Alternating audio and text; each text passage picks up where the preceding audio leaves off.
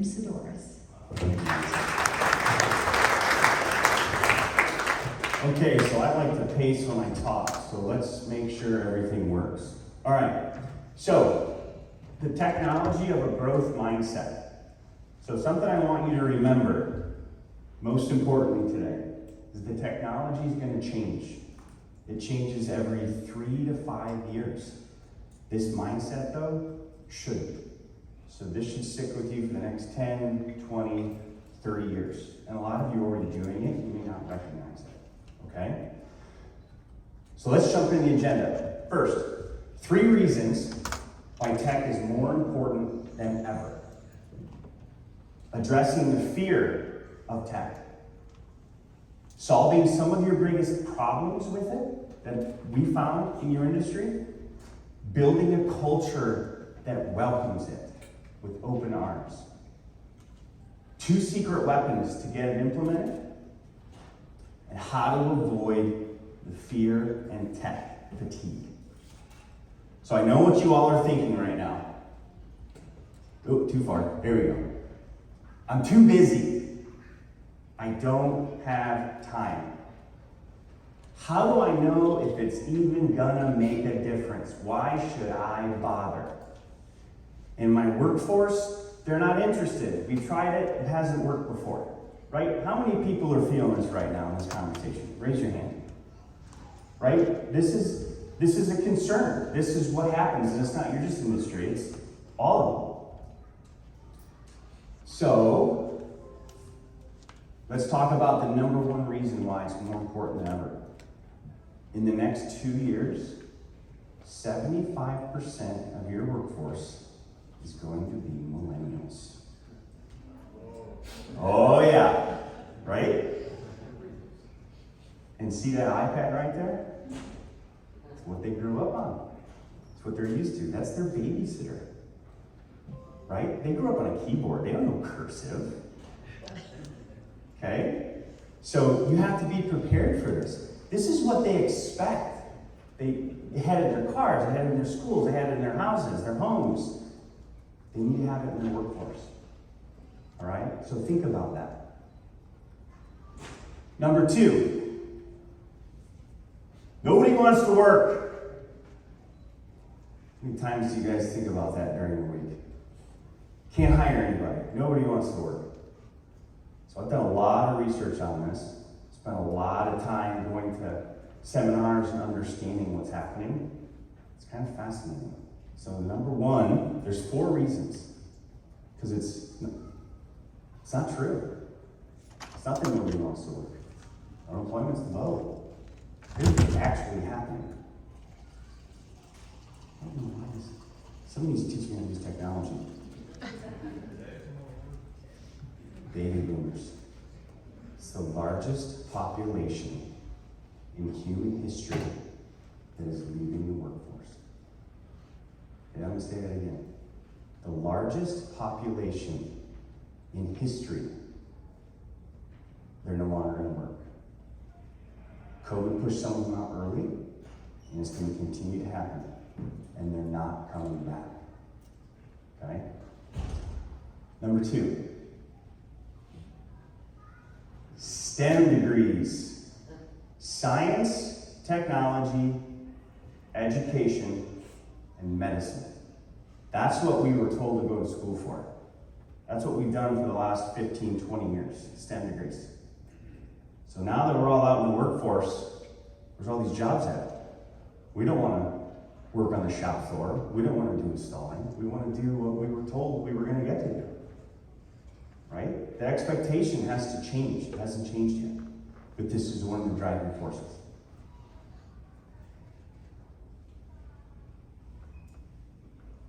This is the one that's the scariest. So it's called low birth rate replacement. We have the lowest birth rate replacement in this country since the 1700s. So think about it. Who do you know in your circle that only has 1 kid? 0 kids? Think about it. I mean, so many people, I only have 1, so we're -1. I can't tell you how many cousins and brothers and sister-in-laws, same deal, if they have any at all. The days of 3, 4, 5, 8, they're gone. They're not coming back. They're projecting that between the ages of 16 and 24, the people that are entering the workforce, it's only going to increase the workforce by 5%. It's not enough. So what did we rely on in the past? We relied on immigration. That has also changed. COVID has changed many of those rules where they can't come in as easy as they could. And the other countries have the same issue with the low birth rate replacement. So they're incentivizing their people to stay where they're at. So we can't count on this. So it's not all doom and gloom, okay? We're going to get through it, and I'm going to show you how. The third reason, which is just absolutely fascinating, and this is something that we discovered ourselves. So we had a client, we'll call him Nick. And Nick says, hey, this is about a year and a half ago. He says, hey, Tim, sales are down. I said, there's no way sales are down. You're number one everywhere. He said, sales are down. I said, no way. Somebody walks by their Alexa and just whispers countertop, and you're number one, right? Like, you are everywhere in our region for countertops. There is no way that sales are down. He says, well, I don't care. Sales are down. Figure it out. So we dug in, and that wasn't the only conversation we had where the sales were down. And this is retail sales, to be specific. This is consumer. This is direct to consumer, not wholesale, not builders. And when we dug in, we found out that we had that conversation a couple times that month. So let me explain to you what this graph means. So this is a graph I copied and pasted from Google. So what Google will give you is they won't tell you how many people searched for a keyword, but they will tell you the percentage that it changes. So this percentage represents the search for countertops in the United States. So Google plots on a graph and says this is the percentage of people that search for countertops. It's a great way to identify the volume of the interest of what our country's doing. It's pretty fascinating how you can leverage it. And you'll notice that it's pretty standard. I mean, it goes up, comes down, goes up, comes down. It's very seasonal. And this goes back to 2016. And if you group this by year, so we put it in a spreadsheet, we grouped it, and we discovered something really interesting. So every year, it goes up 5%, goes down 5%. Goes up 5%, goes down 5%. It's like clockwork. Never 6%, never 7%. It's up or down 5%, consistently, until COVID. Things got wacky, really wacky, all right? And the thing that blew my mind was that what caused it, that first spike to the week, was the first stimulus check. The first week that the stimulus check was deposited, the interest in countertops spiked by 15%. How crazy is that? Directly tied to it. It broke a record. And I just went back to 2016 because I was running on a screen. We went back to when they started in 2009. And that 15%, that was the highest. The next one, you guessed it, the next stimulus check. Broke the record again, 32%. Isn't that nuts?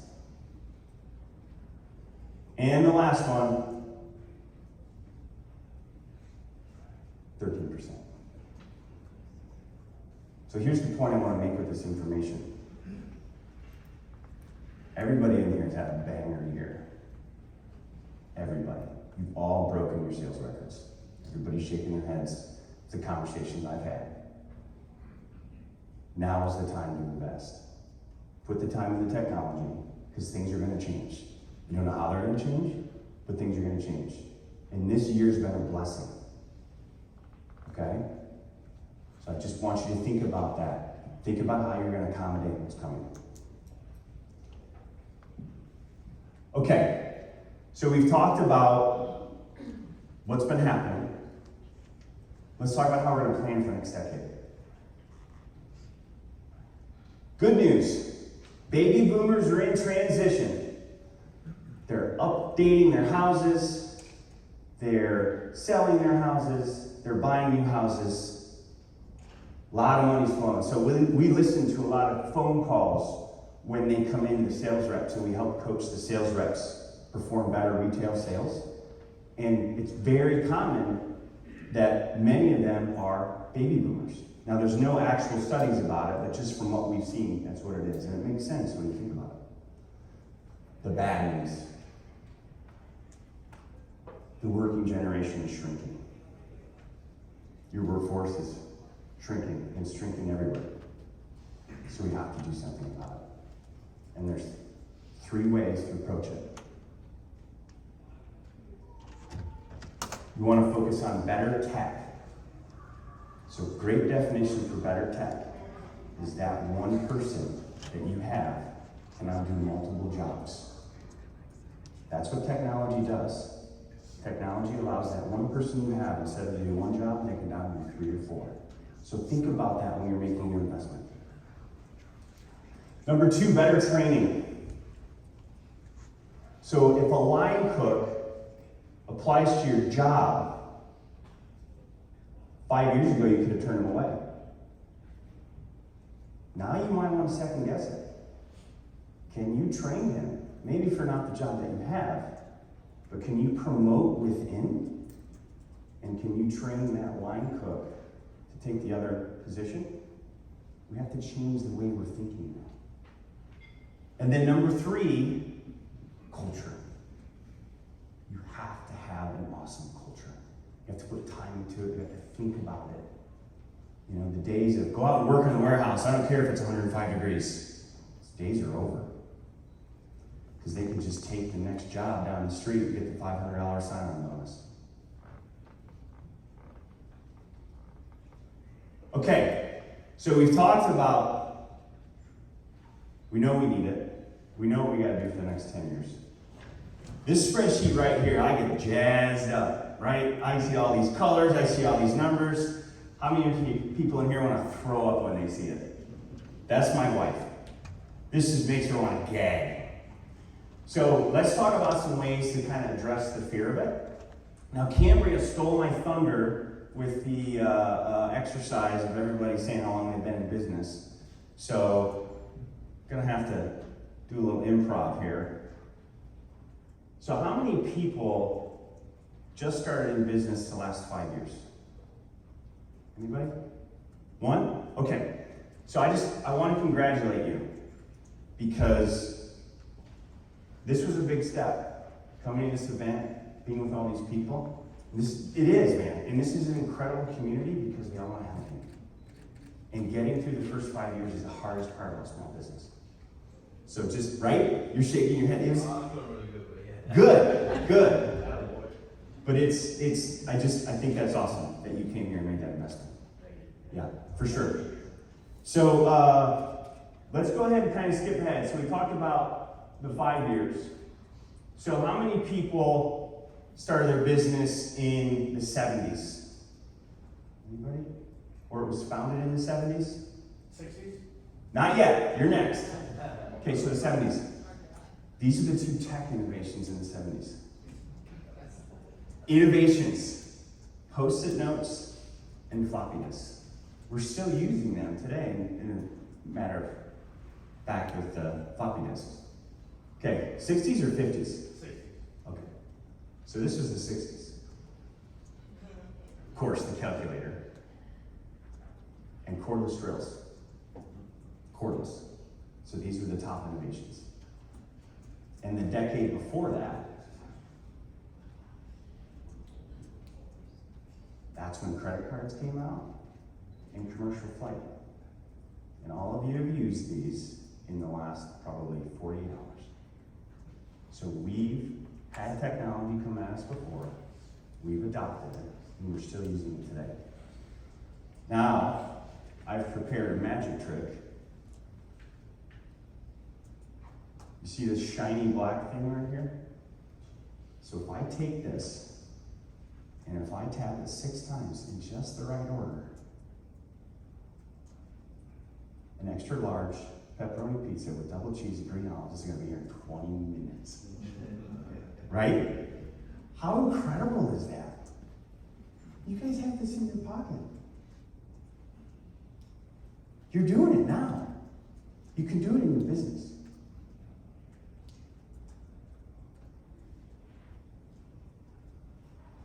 Nancy, we gotta change the batteries for the next guy. Okay, so let's talk about your top 3 problems, at least what we found. So we can't find enough employees. How are we gonna fix that problem?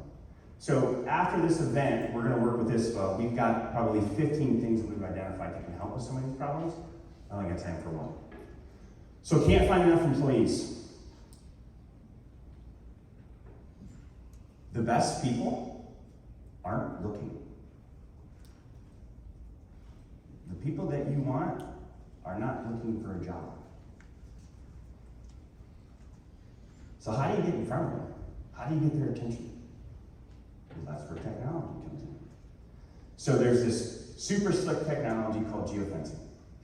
We had a client that was a heavy-duty commercial mechanic, kind of specialist. He said, Tim, we can't hire anybody. We can't take on any more work. We've tried Indeed, we tried the newspaper, we tried everything, we can't hire anybody. So he said, okay, what about your culture makes you better than the competitors or the places where these people are working? Well, we're family owned. So is everybody else. Not good. Give me another one. We've been in business for 30 years. Not good enough. And then he says, we don't work the weekends. Ding, ding, ding, ding, ding. So with geofencing, and that's just one example. There's many in technology once you start looking. So he said, okay, Brad, tell us all the locations where all these guys are working in your area within driving distance. So he said, well, there's these 6 mechanic shops where they're at that work the weekends.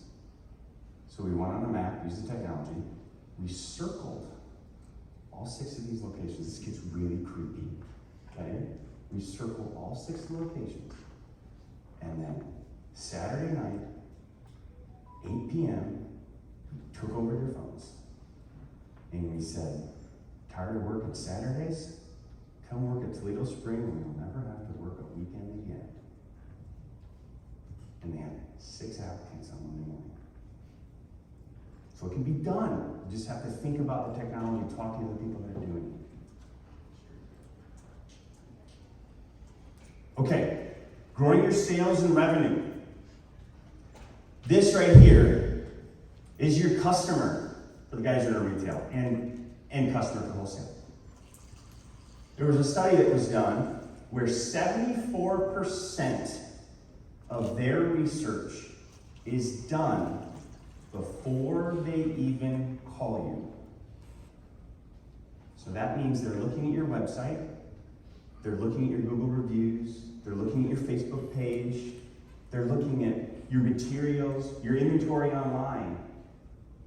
You want to make sure that you put up a great first impression because they're doing the research before they even call. Because if they don't like what they see, they just go to the next one.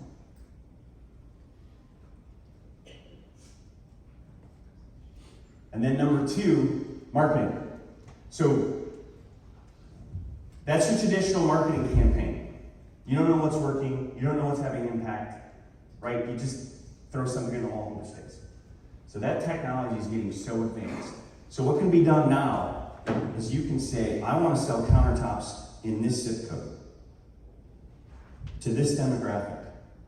When they type in countertops, I want them to go to this salesperson.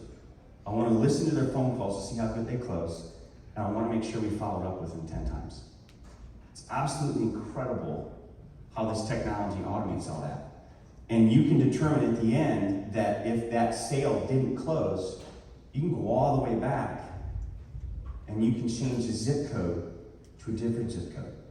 It's just an incredible way to test your business. It can be done in all forms of marketing.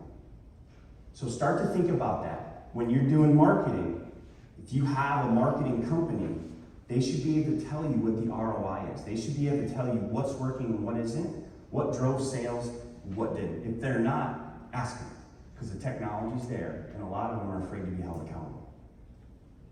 And those days are over. All right, and then the third one, increasing production. So we had a customer that wanted to kick down a wall and put in a new machine. We're like, whoa, hold on. Let's make sure that you're utilizing your machine the best that you can. So we installed something, it's kind of newer to this industry. It's pretty common in the larger ones. It's called downtime tracking. So what downtime tracking does is it doesn't just tell you why it's down, but it tells you how well it's running as a percentage. So in this particular example, this customer was averaging between 65 and 70% of the day, they were cutting countertops, okay? Which is pretty standard for you guys in the room. Now the opportunity is that between 35%, or that 35% of the time it wasn't running. And then this truly fascinating thing happened. So we were tracking this, we didn't tell the operator. We got about 3-4 weeks worth of data. Then we put his laptop in front of the operator and we said, you go down 25 times a day. After you go down, assign it a reason. So as soon as you put the new slab on, walk to the laptop, assign a reason as to why it went down. And guess what happened? In 3 to 4 weeks, on average, they're seeing almost 85%. Their changeovers went from averaging 8 minutes to 5 minutes. Number one reason? Because the operator is keeping score. The operator can see that what they're doing to this slab, or where they're changing the equipment, or where they're putting the hose, has an impact on their productivity. It's not the boss yelling at them. They're competing with themselves. So when they keep score, and they see it real time, that's the important part, that they see it real time as it happens. They change how they play the game. How boring would it be to watch a football game and not see the score till tomorrow? Yeah? That's what we're making them do. So if we can give them that real-time feedback, we've seen it hundreds of times. See a 15 to 20% increase just by keeping score.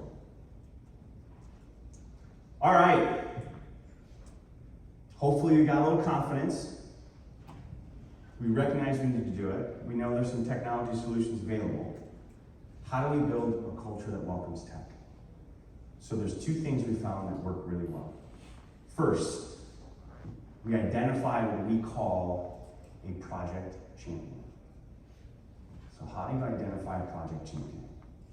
Well, typically they have an Apple Watch. Typically they have the newest iPhone.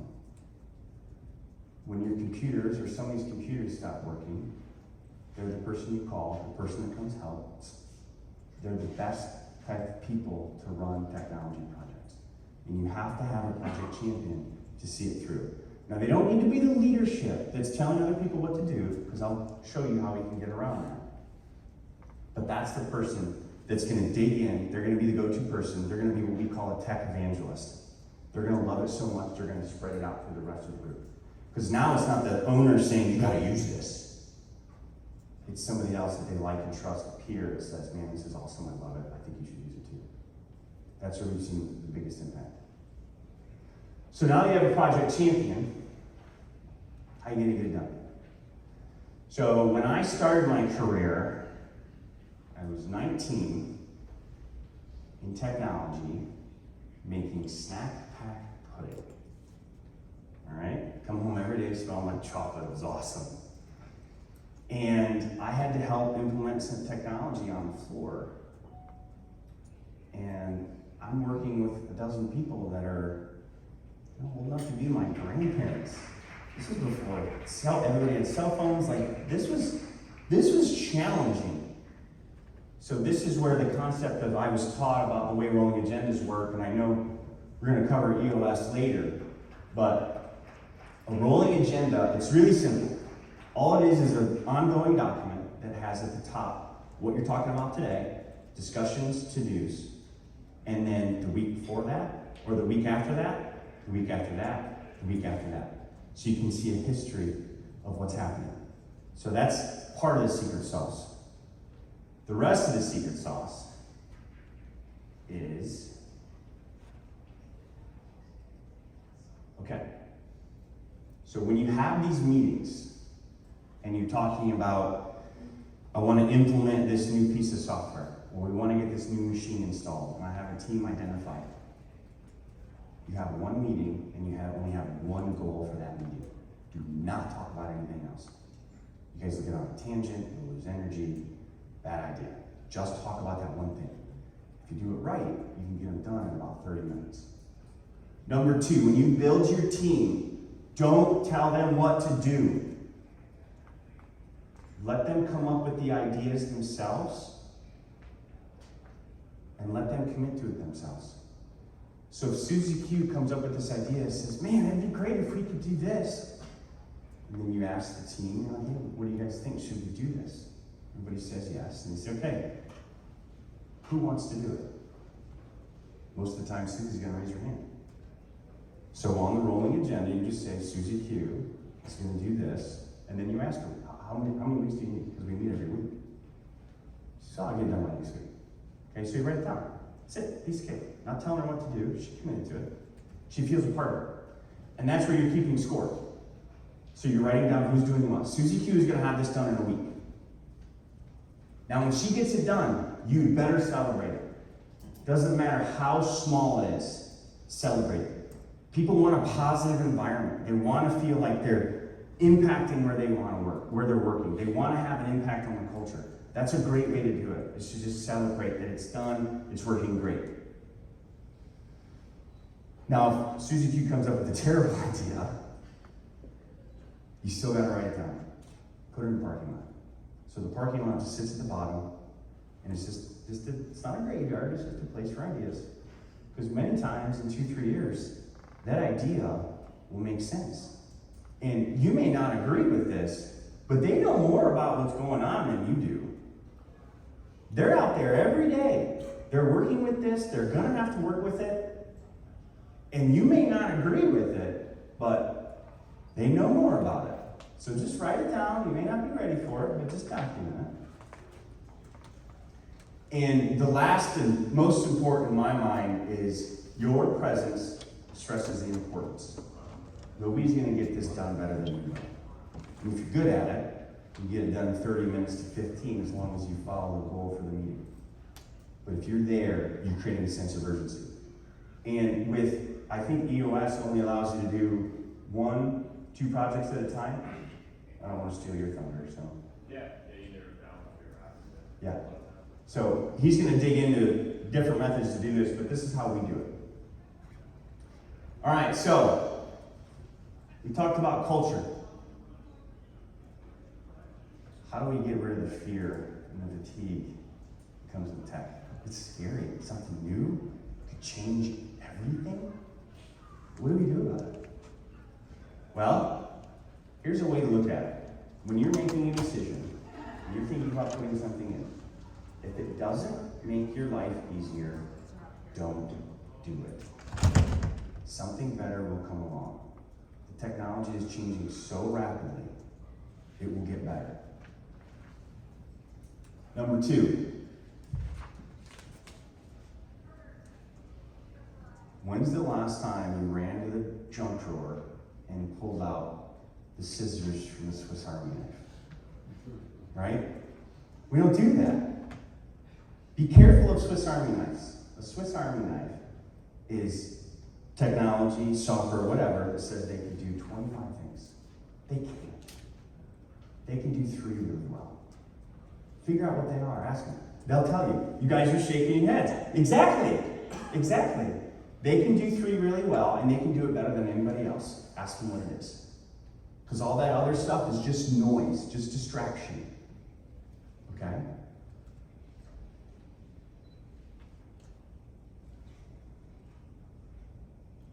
Think Fisher-Price, not calculus.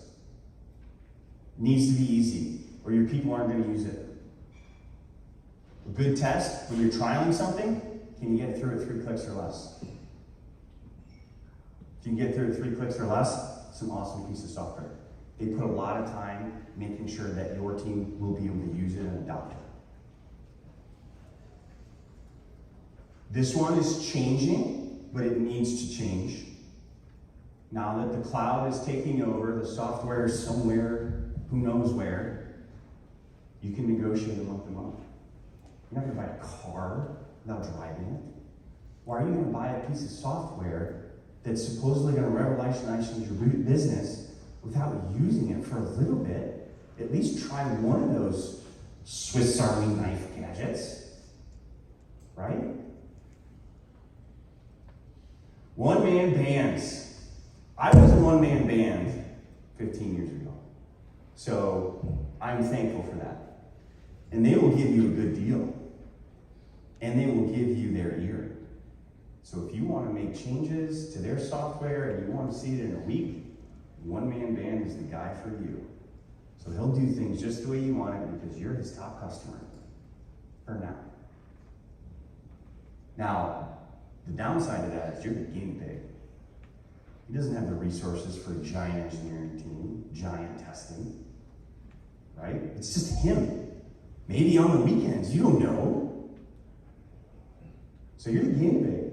If something breaks, shaking your head. If something breaks, you're screwed. Especially if your business is running, if it depends on it. So you have to kind of balance that. And sometimes it also has a shelf life. He may have you as his top customer, but that's it. And he just decides to go back to work. How many IT guys have you had that supported your computers? They were going to hit it big and then they just retired of it and they took a corporate job. They just left. All that institutional knowledge went with them. Imagine if your software business just went overnight. So I'm not saying don't do it because I was there. And I'm grateful for it. But just be sensitive to it.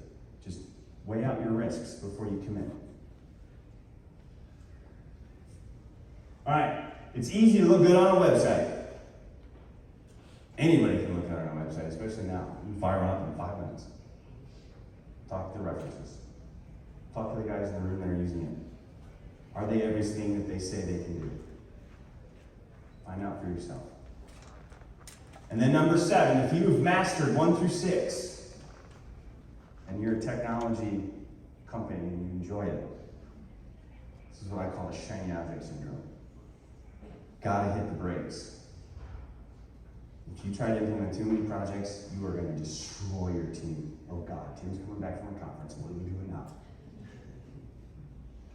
Right? So just be sensitive to that. Try to do only a couple things at a time and get them done.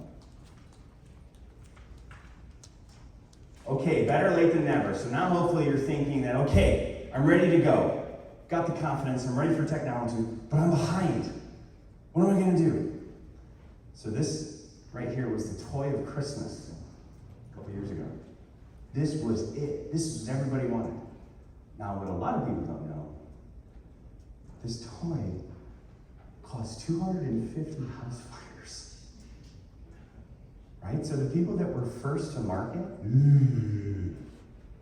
now they've since fixed that. They've solved the problems. But this is a hard lesson that was learned, was just because it's new and shiny, you don't have to jump on it right away. Let those guys that have the tiny object syndrome do it first. Let's see how they do. Let's see what happens. And then come back to it a couple years later, 3 years later. It'll still be there. Don't sweat it. All right?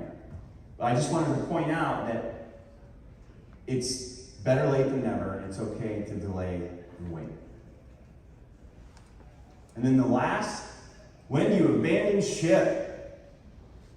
So you've made this huge investment. Good way to measure it, you're never going to get over 80% of its use. Pareto's law. If you're trying to get 10 things done, you're probably only going to get 8. And if you can't get to that 80%, go back to the rolling agenda. Where's it at? What are we missing? And even after that, if you can't get it to where it needs to be, don't stress. In the next 3 to 5 years, it's probably going to all change anyways. It's going to be something new and better out. Salesforce was number 1 10 years ago. Now there's 350 different CRMs. It's just changing so rapidly. All right, so if you guys want to learn a little bit more, we have on our website a signature business audit. So if you want to see kind of where you rank with what we found in the last 10 years, we've got about 20 questions. So feel free to fill it out, see how well you do, okay? And that's it for me. Do we have any questions?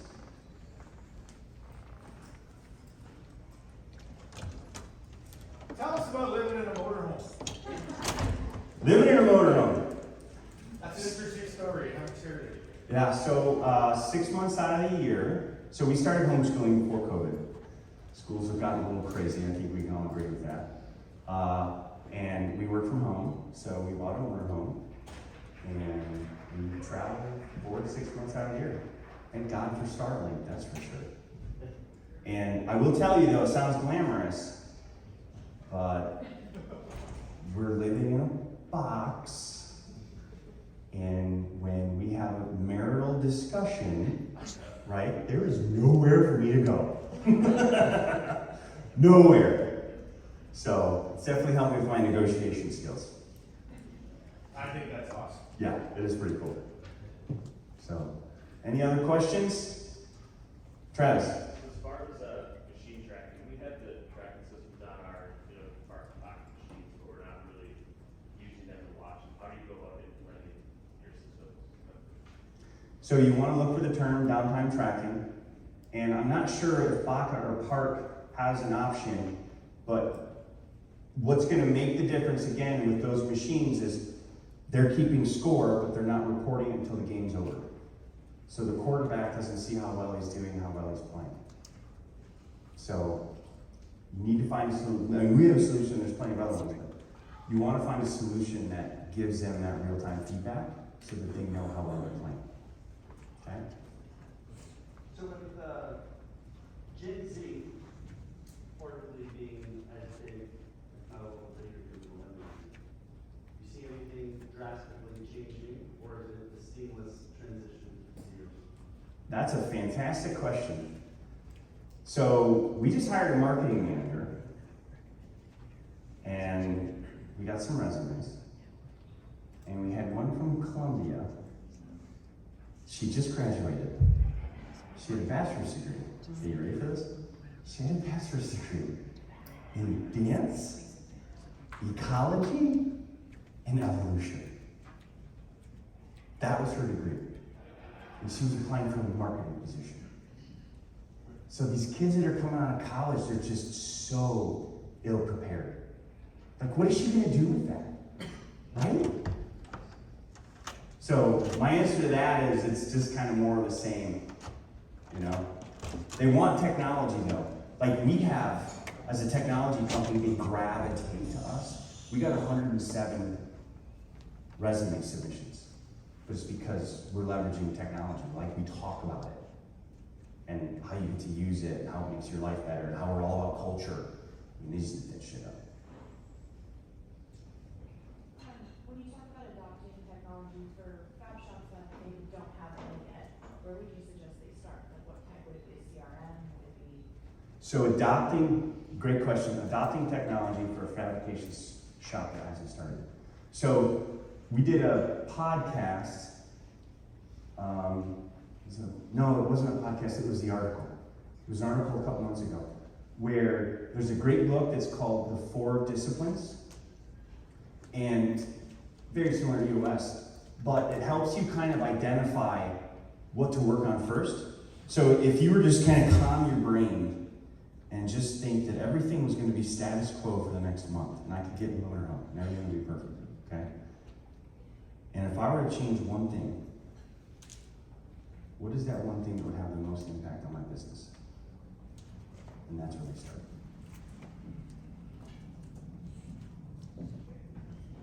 So you mentioned something about bringing people that we want, and what strategy do you use to bring people that you actually want? And I have a question about bringing people that you think you don't want, and actually training them to be the people that you want. What's your perspective on that, and actually having the people with the right personality? Maybe it's the girl that graduated in dance, but has all this energy to learn new things. What do you think? We have to think about that now differently. You have to think about your culture. If you got a Marine running the shop floor and you have a specific culture, you have to think, will they do okay? Right? Will they row the boat? Or do you need to change the culture? I mean, they want to work, but they're doing it differently than what the boomers did. Like, they're doing it for purpose now. They want to have an impact, which is why you have to get them involved in this kind of stuff. So I would say if they have a good attitude, give them a shot. Because it may be a while before you get another one. I think there was one over here. You mentioned earlier about the steps going from one to the next. How do I know if I'm receiving results?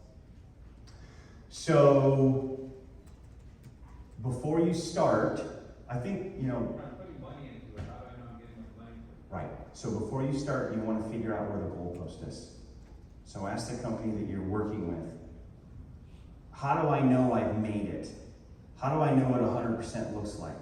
And it's not just how am I using the software, what is the impact to my business?